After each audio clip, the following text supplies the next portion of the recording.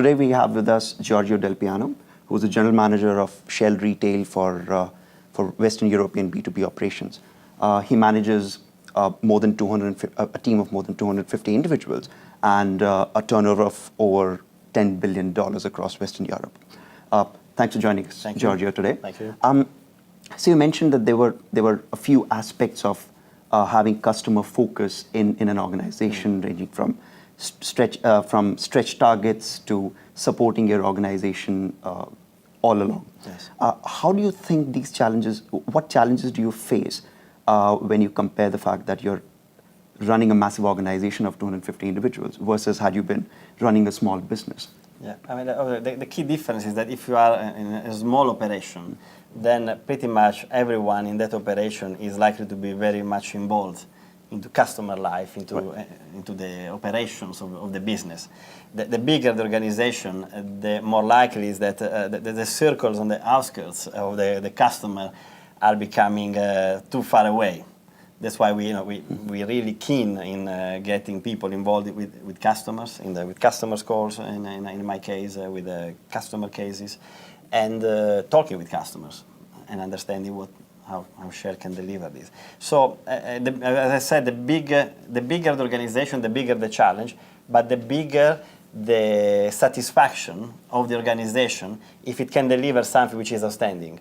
And even if it's a big mountain to climb, when you are on the top of a bigger mountain, you have a better view of the outcome that you have achieved. So getting people connected with customers and, as I said as well, using the proper language that the customers understand and creating this framework, this smell of the place around customers can be one of the ways to address this challenge. Fair enough. I'm just curious, so you talked about language, you talked about common framework. What are the various challenges that you see when you have to communicate the same framework to 250 individuals in the organization while ensuring that they don't forget their own customer focus when they're actually talking to individuals on the ground? Yeah. Well, I'm quite fortunate because we are driving this increased customer focus across my organization. So not only my own business unit, but all the business units in my B2B business, and we are changing the language, so making sure that we bring examples. I am personally involved when one of we call platinum customer, the big accounts have give us a very low score. I will not ask my people what is going on, but rather get in touch with some of these customers to understand what they think we should have been doing differently. I work on site, so I visit customers. I am involved, and that is what my organization sees as well. So a lot of change has to be driven by the leadership of the business and by my own team. And I'm quite fortunate that I have a team who is passionate about what we're trying to achieve. And as such, then it's only one, is 250 who are keen on delivering this objective. But it is difficult, and some messages are lost in translation. I have a lot of languages in my region. Not everybody speaks English. And as a result, it's about continuing reiterating what we're trying to achieve, and as well what's in it for me as an employee.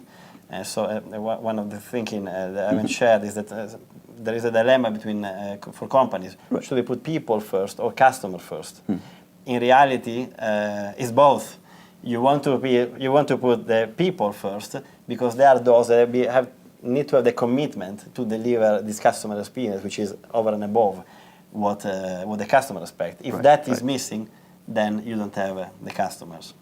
Perfect. I'm just curious, so in terms of putting the people first versus customer first, have you actually faced any challenges, let's say, across the wide expanse of countries that you target, all the way from the Netherlands to Italy, where there's a lot of cultural differences per se? Have there been instances in terms of different feedback from these cultures? Absolutely.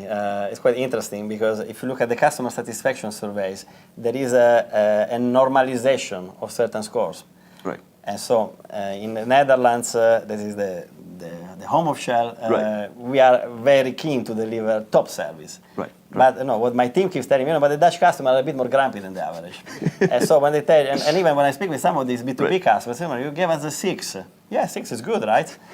No, when you speak in Italy, 8 is good. So different cultures have different ways of measuring and expressing their satisfaction. But what is always consistent is that if a customer is dissatisfied, he or she will make sure that you understand why is that. No, fair enough, fair enough. Thanks a lot, Giorgio. Thanks. It was a pleasure having you over. Thank you. Thanks for watching the video. This is Kshitij Suhag, VP Events for the Energy Club at London Business School. Signing off. Do follow us for more such videos and more such events that we'll be conducting in the near future. Thank you very much.